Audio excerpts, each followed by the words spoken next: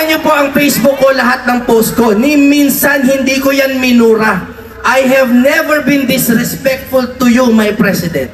We gave you the chance to redeem the family name.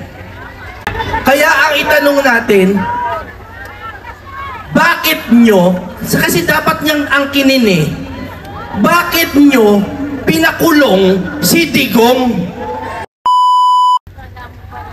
Sino po ang naiyak nung kinulong si Digong? Pero tama po si Atty. Vic, pagkatapos ng iyak na yan, kailangan nating kumilos sa legal at mapayapang paraan. Ano po yung legal at mapayapang paraan? Aaraw-arawin natin sila. Isigaw nyo sa internet, sa ICC, sa ating sariling pamahalaan, bring him home! Bring him home! Bakit po? Bakit bring? Bakit po bring? Bakit hindi send? Kasi kung kausap po natin yung ICC lamang, send him home. Tama? Send him home. Kung sa English lang na proper. No? Yes, kausap natin ang ICC, send him home.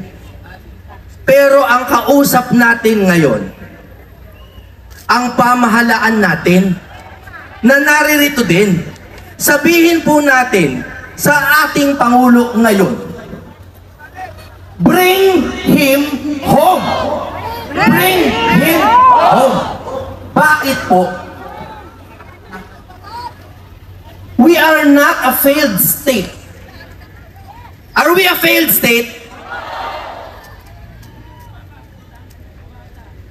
Ang nagpe-fail sa atin medyo yung gobyerno ngayon. Pero yung estado ay hindi ang pamahalaan. Tayo ang estado na ugat ng kapangyarihan ng pamahalaan. So, bago ko magtapos, dahil kumanta na ako eh, kaya maiksi lang yung panahon ng aking pagsasalita. Bakit po tayo kailangan mag-araw-araw na demand sa gobyerno natin na pauwiin si Digong? Bakit po? Para po ba sa kampanya?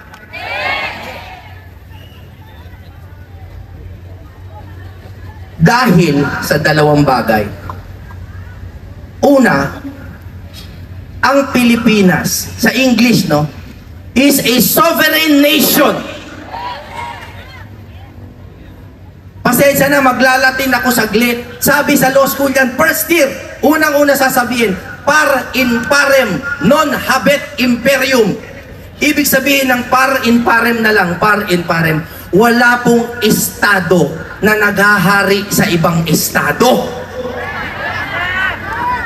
Kahit mas malaki ang Amerika sa atin, hari ba natin ang Amerika? Eh, ang laki ng Amerika. Lalo naman sigurong hindi natin hari ang ICC. Hari ba natin ang ICC?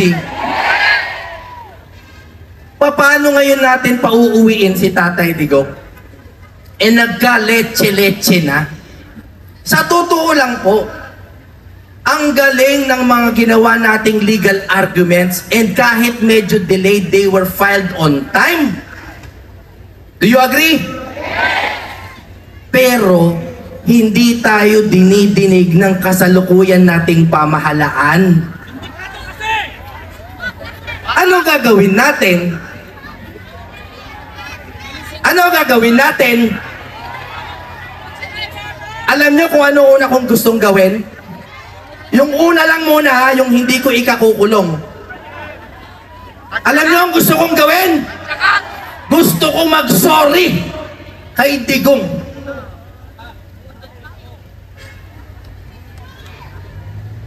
Gusto ko mag-sorry. Kasi hindi natin siya pinagtanggol kung paano niya tayo pinagtanggol.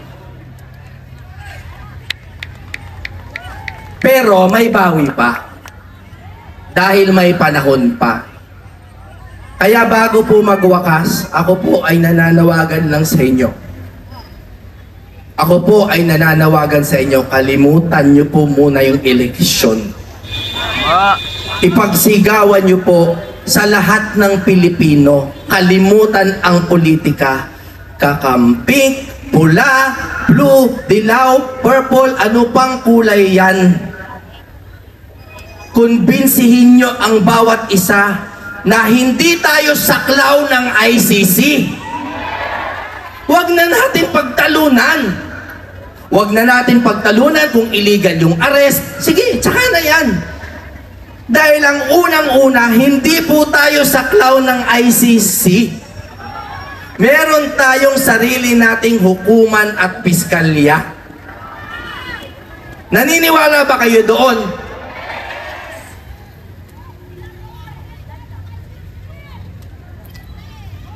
Marami pa pong magsasalita. Yun, napansin nyo naman, hindi naman po kami puro senador o senatoriable na nagsalita. Halo-halo po yan. Kaya lang po kami nagsalita, nagkataon, kami po yung mga iilan sa mga huling nakasama ni Digong sa kanyang mga malalayang araw. Kami po ay nasa Hong Kong at wala namang kaming malay, although merong mga nagbubulong-bulong na baka nga kunin si Digong. Pero napakahirap paniwalaan. Bakit po? Kasi po naniwala po ako kay Marcos. Totoo po, naniwala ako. Sabi niya hindi niya gagawin eh. Tingnan niyo po ang Facebook ko, lahat ng post ko. Ni minsan hindi ko yan minura. I have never been disrespectful to you, my President. We gave you the chance to redeem the family name.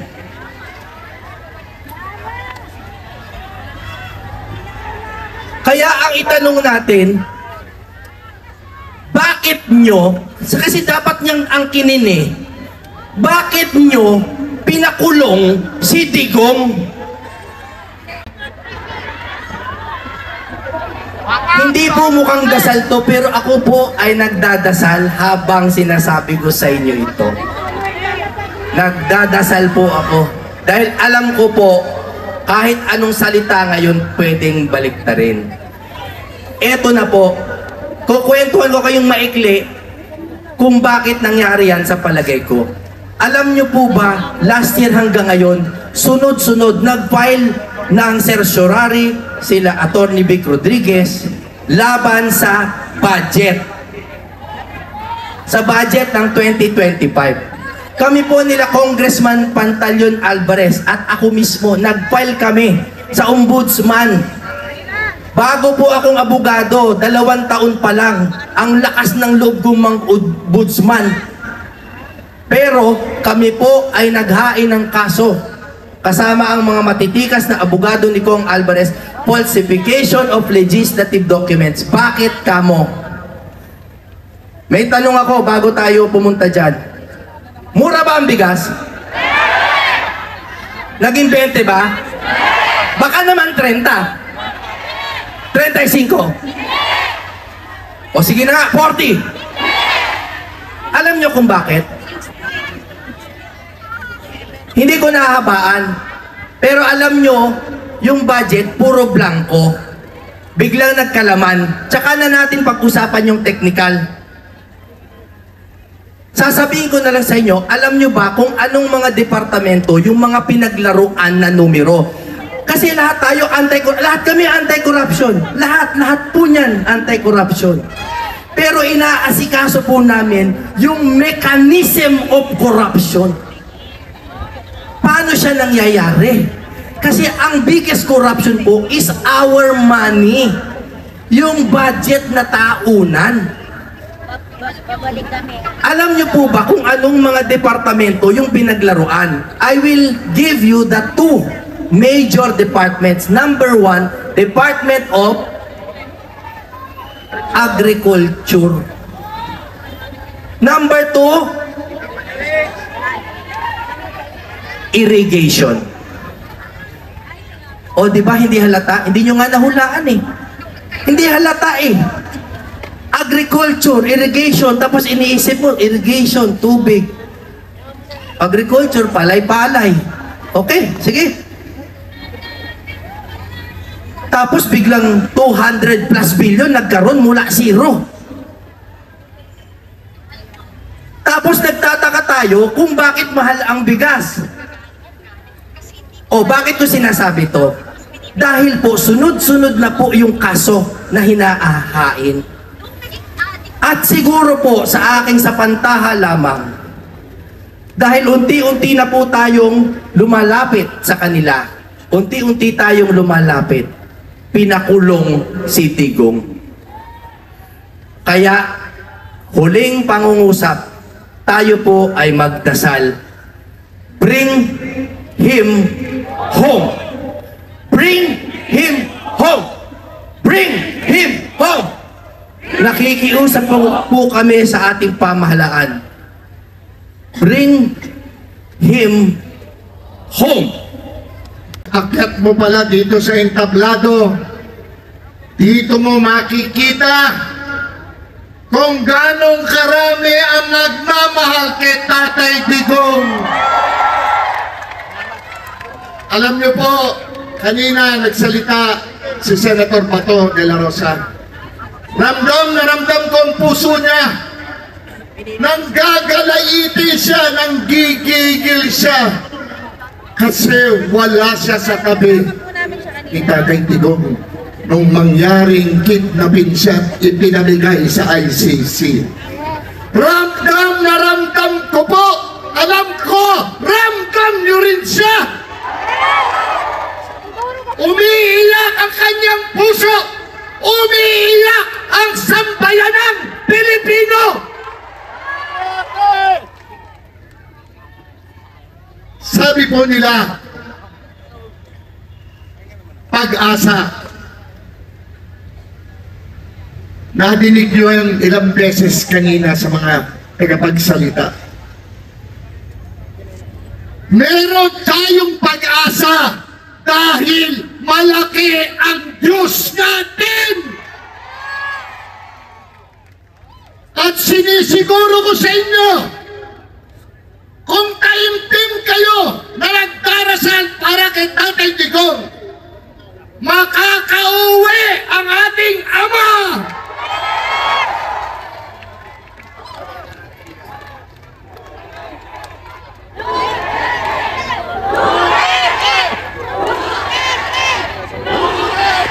Hinuhusgahan na nila si Tatay Digong. Kriminal daw. Kinalabit niya ba ang gatilyo? Siya ba ang pumaril? Siya ba ang pumatay?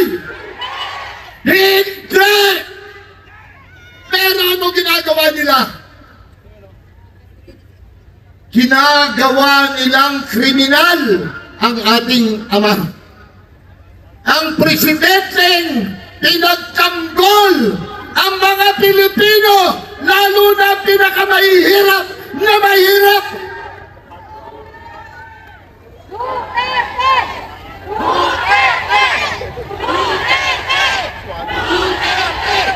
Alam niyo po, noong March 11, hindi ko alam kung sino mga nakarating sa inyo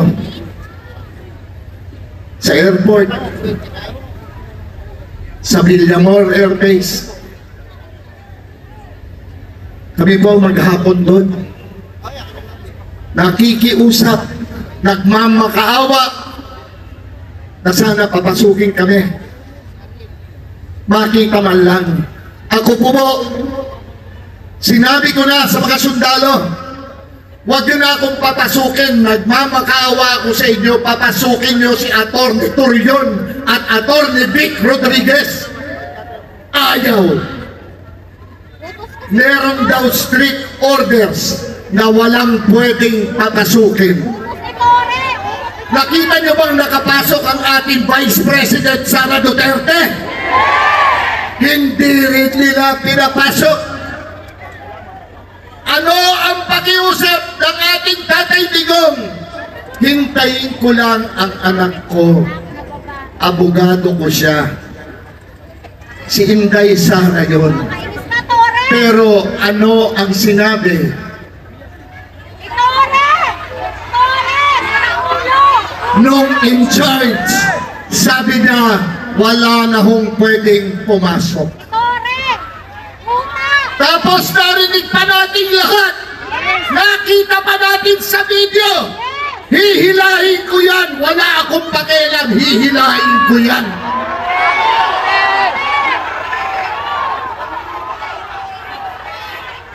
Ay, ito lang po, tandaan nyo. Hindi natutulog ang Diyos. Kung ito man ay nangyari, may gagawin ang ating Panginoon Diyos para kay Tatay Digong at para sa bansang Pilipinas.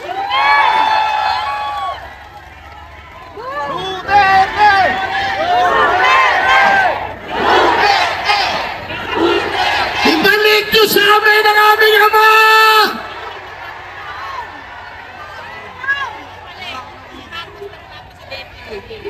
Balik nyo ang aming Ama!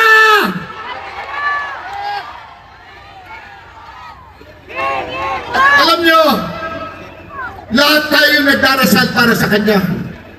Pero huwag niyong kalimutan ipagdasal ang ating mahal na Vice President Inday Sara Duterte. Meron pa ho mga darating. At alam ko, alam niyo yan. Nagpe-prepara sila para sa impeachment. Handa kami! Nagnakaw daw si Inday Sara. Naniniwala ba kayo doon? Ay, ito naman at sa akin. At sa 32 million na nagtiwala at nagmamahal sa ating Bibi Sara, walang magnanakaw na Duterte. Sabay-sabay, walang magnanakaw na Duterte. Walang magnanakaw na Duterte. Walang magnanakaw na Duterte.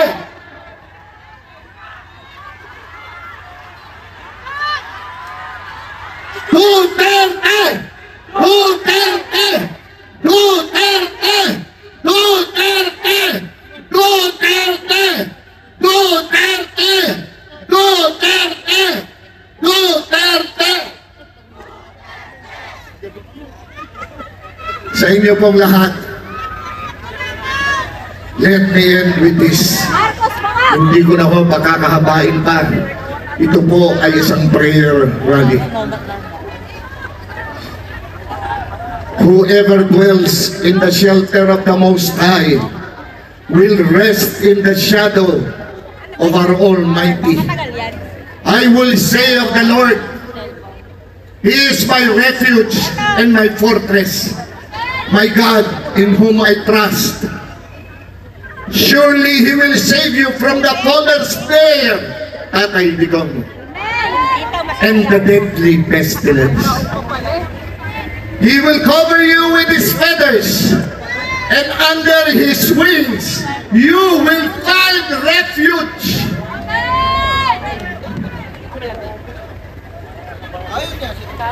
His faithfulness will be your shield, Tatay Digong, and your rampart. Duterte! Duterte! Duterte! Duterte!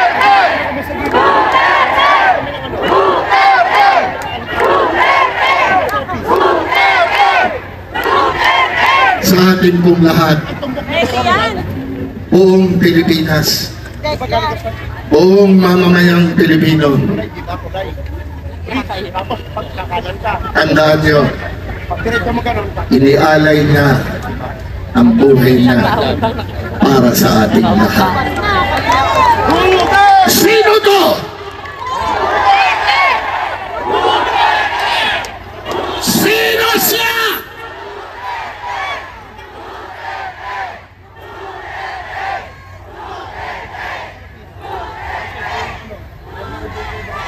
Huling paalala. Tandaan nyo, this is a prayer rally. Hindi tayo nakikipag-away. inilalabas lamang natin ang lahat ng bigat na nasa ating salubin. Kaya,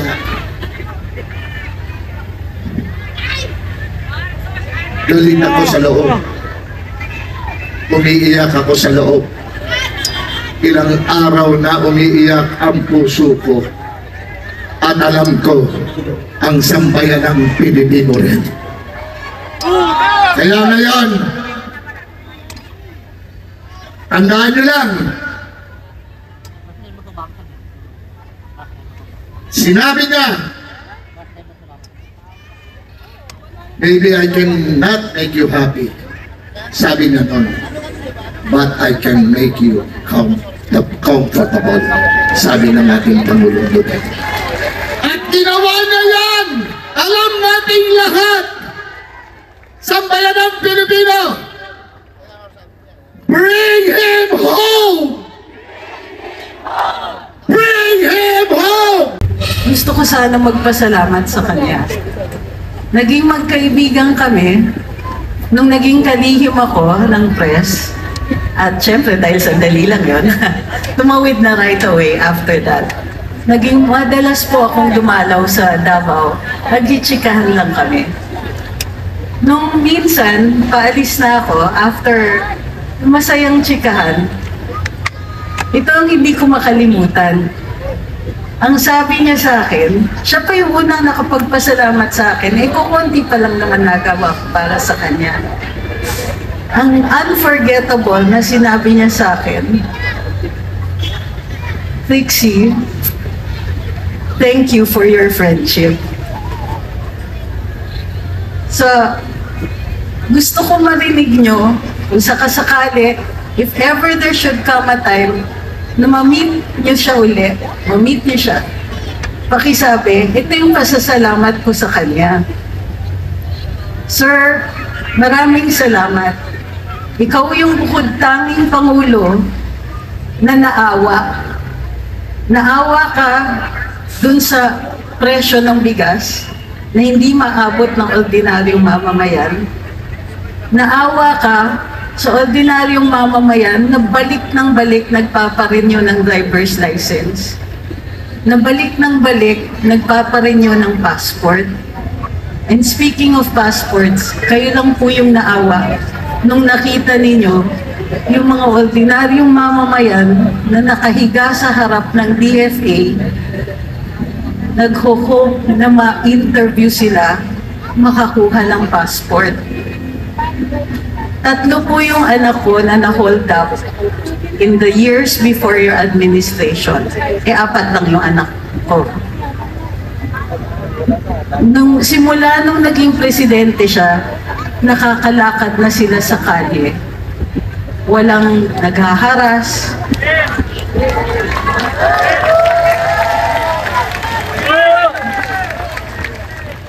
Walang hold up. So, tatay, sumakay ako sa taxi noong 2018. At 2016, nung bago pa lang kayong presidente. Pagkasakay ko ng taxi, sabi ko, Manong, pauwi po ng Cubao, pwede ko namang dagdagan yung sa metro nyo. Sabi sa akin, Ma'am, metro lang po tayo, presidente na si Digong.